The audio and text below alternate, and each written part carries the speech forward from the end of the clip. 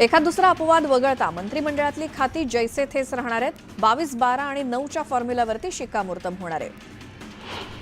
मंत्रिमंडळ फॉर्म्युला ठरलेला असताना आता तीनही पक्षांकडील खात्यांवरती शिक्कामोर्तब करण्यात आल्याची माहिती सूत्रांकडून मिळाली आहे. यामध्ये भाजपकडे गृह, महसूल, जलसंपदा, ऊर्जा, तर शिवसेनेकडे नगरविकास, सामाजिक न्याय, सार्वजनिक आरोग्य, तर राष्ट्रवादीकडे अर्थ, सहकार, कृषी ही खाती राहण्याची शक्यता आहे. शिवसेना मंत्र्यांसाठी 2.5 वर्षांचा फॉर्म्युला राबवण्यात येणार असल्याची माहिती वरिष्ठ सूत्रांनी दिली.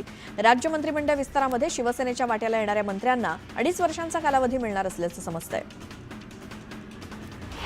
अर्थ खाते राष्ट्रवादीकडेच राहणार असल्याची माहिती सूत्रांनी दिली. याशिवाय राष्ट्रवादीची खाती जशीच्या तशी राष्ट्रवादीकडे राहणार असल्याची माहिती मिळाली आहे. राज्य मंत्रिमंडळाचा फॉर्म्युला फायनल झाला असून मंत्र्यांच्या नावावर शिक्कामोर्तब करण्यात आल्याची माहिती सूत्रांनी दिली. काही आमदारांना मुंबईमध्ये थांबण्याच्या सूचना देण्यात आल्या आहेत. वन नेशन वन इलेक्शन निवडणूक भाजपच्या स्वार्थासाठी आहे. देशातील व्यवस्था उद्ध्वस्त करण्याचा मोदींचा डाव आहे, असा आरोप संजय राऊतांनी केला. हरण्याच्या भीतीने 3 वर्ष झाली बीएमसीची निवडणूक घेतली नाही, अशी टीका राऊतांनी केली. मनपा निवडणुकांसाठी आम्ही सज्ज आहोत. शिवसेना महापालिका ताकदीनं लढणार. आम्ही मराठी माणसासाठी महापालिका निवडणूक लढवणार, असं संजय राऊत म्हणाले. शरद पवारांचे 5 खासदार फोडा तरच तुम्हाला केंद्रात मंत्रिपद देणार, असं भाजपनं अजित पवार आणि पटेलांना सांगितल्याचा दावा संजय राऊतांनी केला.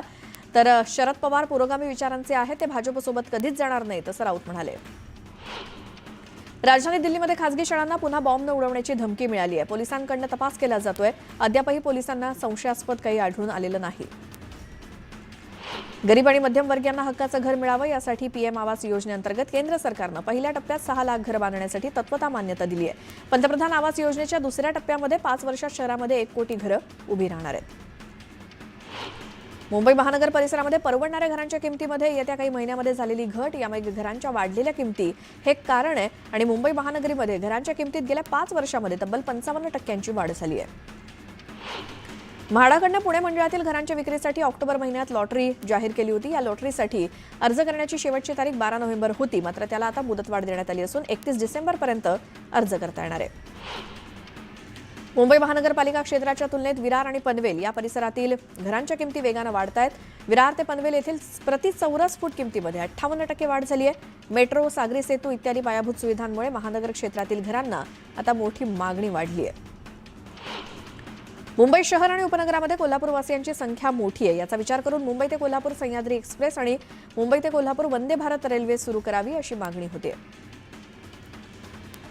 पीएमपीएमएलचा तोटा 706 कोटींवरती जाऊन पोहोचलाय. हा तोटा कमी करण्यासाठी पीएमपीएमएल भाडेवाढ करण्याच्या तयारीत आहे. मात्र पीएमपी प्रवासी संघाने या भाडेवाढीला तीव्र विरोध केलाय.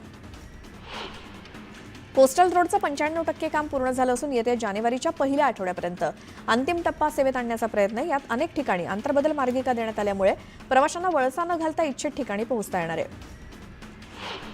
पनवेल ते बदलापूर प्रवास आता 10 मिनिटात होणार आहे. बदलापूर ते पनवेल असं 4.25 किलोमीटर अंतराच्या बोगद्याचं काम पूर्ण झाल्यामुळे मुंबईला येण्यासाठीचा प्रवास सुखकर होणार आहे. मुंबईसाठी बदलापूरकरांना जवळपास आता 40 मिनिटात पोहोचता येणार आहे. प्रवाशांची संख्या वाढली, मात्र प्रवाशांना मिळणाऱ्या सोयी सुविधांमध्ये सुधारणा झालेली नाही. यातच कोकण रेल्वेवरती दुहेरीकरणाच्या चर्चा देखील फोल ठरल्या आहेत. कोकण रेल्वे मार्गावरती दुहेरीकरणाचा कोणताही प्रस्ताव नसल्याचं समोर आलंय. मस्जिद बंदर रेल्वे स्थानकापासून काही अंतरावरती असलेल्या जुन्या कर्नाक पुलाचं बांधकाम सुरू असून हा पूल जून 2025 पर्यंत सुरू होईल. 5 जून 2025 पर्यंत कर्नाक पूल वाहतुकीसाठी खुला करण्याचं उद्दिष्ट मुंबई महानगरपालिका प्रशासनानं ठेवलंय. नाताळच्या सुट्ट्यांच्या कालावधीतील गर्दी आणि प्रवाशांची मागणी लक्षात घेऊन मध्य आणि कोकण रेल्वे प्रशासनानं अतिरिक्त रेल्वेगाड्या चालवण्याचा निर्णय घेतलाय. मुंबई ते करमाळी, कोचुवेली आणि पुणे ते करमाळी दरम्यान 48 विशेष रेल्वेगाड्या धावतील. सीएसएमटी ते करमाळी, सीएसएमटी दैनंदिन अशी विशेष 34 रेल्वेगाड्या धावतील. मुंबई सीएसएमटी ते करमाळी या कोकण रेल्वेच्या गाड्यांना 3 ठिकाणी अतिरिक्त थांबा देण्याचा निर्णय कोकण रेल्वेनं घेतलाय. प्रवाशांच्या मागणीमुळे हा निर्णय घेतला गेला असून आता मुंबईहून जाताना आणि करमाळीहून येताना वीर, वैभववाडी रोड आणि सावंतवाडी या 3ही ठिकाणी प्रवाशांना ट्रेनमध्ये चढणं आणि उतरणं शक्य होणार आहे.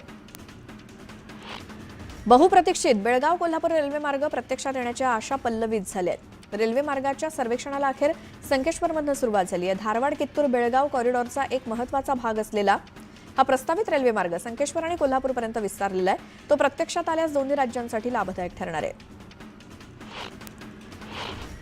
मुंबई पॅसेंजर रिझर्वेशन सिस्टम ही प्रवासी आरक्षण प्रणाली पीएनआर कॉम्प्रेशनसाठी शनिवारी रात्री 11:45 पासून तर रविवारी पहाटे 4:44 बंद असणार आहे. या कालावधीत पीआरएस सेवा, कोचिंग रिफंड सेवा उपलब्ध होणार नाही. रेल्वेमध्ये आरएससी तिकीट धारकांकडून पूर्ण पैसे घेतले जातात, पण कन्फर्म तिकिटासारख्या सुविधा दिल्या जात नाहीत. मात्र आता रेल्वेकडून आरएससी तिकीट धारकांना कन्फर्म तिकीट धारकांना मिळणाऱ्या सर्व सुविधा देण्यात येणार आहेत. कुर्ल्यातील बस अपघाताची बेस्ट प्रशासनानं गंभीर दखल घेतली आहे. भाडेतत्वावरील ड्रायव्हरची सरप्राईज ब्रेथ अनालायझर टेस्ट केली जाणार आहे. याबाबत तातडीनं कार्यवाही करण्यात येणार असल्याचं सांगितलं गेलंय. बेस्टमध्ये भाडेतत्वावरती बस घेणं बंद करा, याबाबत 16 डिसेंबरपासून ठोस निर्णय घ्या, अन्यथा शिवसेनेच्या वतीनं जोरदार आंदोलन केलं जाईल असा इशारा बेस्ट कामगार सेनेकडून देण्यात आलाय. महाराष्ट्र लोकसेवा आयोगाच्या वतीनं 25 डिसेंबर म्हणजेच ख्रिसमसच्या दिवशी एमपीएससीचा पेपर ठेवण्यात आलाय. त्यामुळे विद्यार्थी वर्गातनं विरोधाचा सूर बघायला मिळतोय. नवीन वर्षात लाडक्या बहिणींसाठी सरकारनं भाऊबीजेच्या दिवशी सुट्टी जाहीर केली आहे. त्यामुळे दिवाळीची सलग 3 दिवस सुट्टी मिळणार आहे. नोव्हेंबर महिन्यामध्ये किरकोळ महागाईचा दर कमी झालाय. मागच्या महिन्यामध्ये किरकोळ महागाई दर 5.48% आलाय, तर ऑक्टोबरमध्ये 14 महिन्यांच्या उच्चांकी पातळीवर महागाई पोहोचली होती. देशातील औद्योगिक उत्पादन वाढीचा दर ऑक्टोबर महिन्यात 3.5% इतका नोंदवला गेला. सरकारनं गुरुवारी या संदर्भातील आकडेवारी जाहीर केली असून गेल्या वर्षीच्या तुलनेत यात मोठी घट नोंदवली गेली आहे. व्हॉट्सअपची मूळ कंपनी मेटा एक नवीन फीचर आणि सुविधा देण्याच्या प्रयत्नात असते. व्हॉट्सअपवरती येणाऱ्या मेसेजेसचे आता आपोआप भाषांतर होणार आहे. या नव्या सुविधेची चाचणी करण्यात येत असून ते सर्वांसाठी उपलब्ध करून देण्याची कंपनीची योजना आहे. अति गरम पाण्यानं अंघोळ करणं धोक्याचं ठरू शकतं असं डॉक्टरांकडून सांगितलं जात आहे. हृदयरोगी व्यक्तींसाठी अतिशय गरम पाणी हानिकारक ठरू शकतं. साधं पाणी किंवा कोमट पाणी शरीराचं तापमान स्थिर ठेवण्यास मदत करतं आणि रक्तदाब नियंत्रित ठेवण्यासाठी मदत करतं. त्यामुळे अति गरम पाणी टाळण्याचा सल्ला दिला जातो.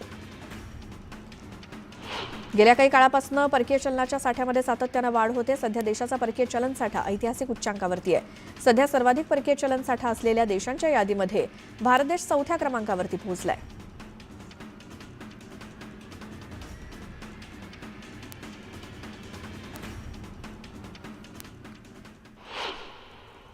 आणि यानंतर एक मोठी बातमी येते. कुर्ल्यातील बस दुर्घटनेमध्ये 7 जणांचा बळी गेलेला असताना भाडेतत्वावरील बसच्या ड्रायव्हरकडनं ऑन ड्युटी खरेदीचे व्हिडिओ व्हायरल झाले आणि त्यामुळेच आता खळबळ माजलेली आहे. आता भाडेतत्वावरील ड्रायव्हरची सरप्राईज ब्रेथ अनालायझर टेस्ट केली जाणार आहे. याबाबत तातडीनं कार्यवाही केली जाणार आहे. तशी माहिती बेस्ट महाव्यवस्थापक अनिल डिग्गीकर यांनी दिली आहे. त्या चालकांचं निलंबन. गेल्या 2 दिवसांपासून बेस्टचे ड्रायव्हर ऑन ड्युटी दारू खरेदी करत असल्याचे व्हिडिओ व्हायरल झाल्यामुळे बेस्टवरती प्रचंड टीका होत असल्यामुळे प्रशासनानं कठोर कारवाईचा निर्णय घेतलाय आणि ड्रायव्हरचं निलंबन केलंय. तसंच असे प्रकार पुन्हा आढळल्यास कठोर कारवाई केली जाईल अशी तंबी देखील ड्रायव्हर्सना देण्यात आली आहे. तर आता आणखीन एक मोठी बातमी ती म्हणजे उद्धव ठाकरेंची पत्रकार परिषद आज दुपारी 1 वाजता होणार आहे. माध्यमांशी संवाद साधणार आहेत उद्धव ठाकरे. दुपारी 1 वाजता उद्धव ठाकरेंची पत्रकार परिषद होणार आहे अशी माहिती मिळते. आज दुपारी 1 वाजता माध्यमांशी उद्धव ठाकरे बोलणार आहेत. तर दुपारी मातोश्रीवरती उद्धव ठाकरेंची दुपारी 1 वाजता पत्रकार परिषद होणार असल्याची माहिती मिळते.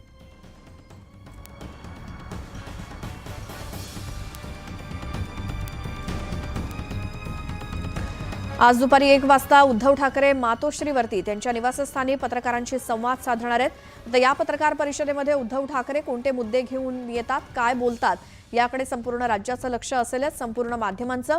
आणि आपल्याला दुपारी 1 वाजता कळेल उद्धव ठाकरे माध्यमांशी संवाद साधताना कोणत्या विषयांना हात घालतायत. दुपारी 1 वाजता मातोश्रीवरती उद्धव ठाकरेंची पत्रकार परिषद.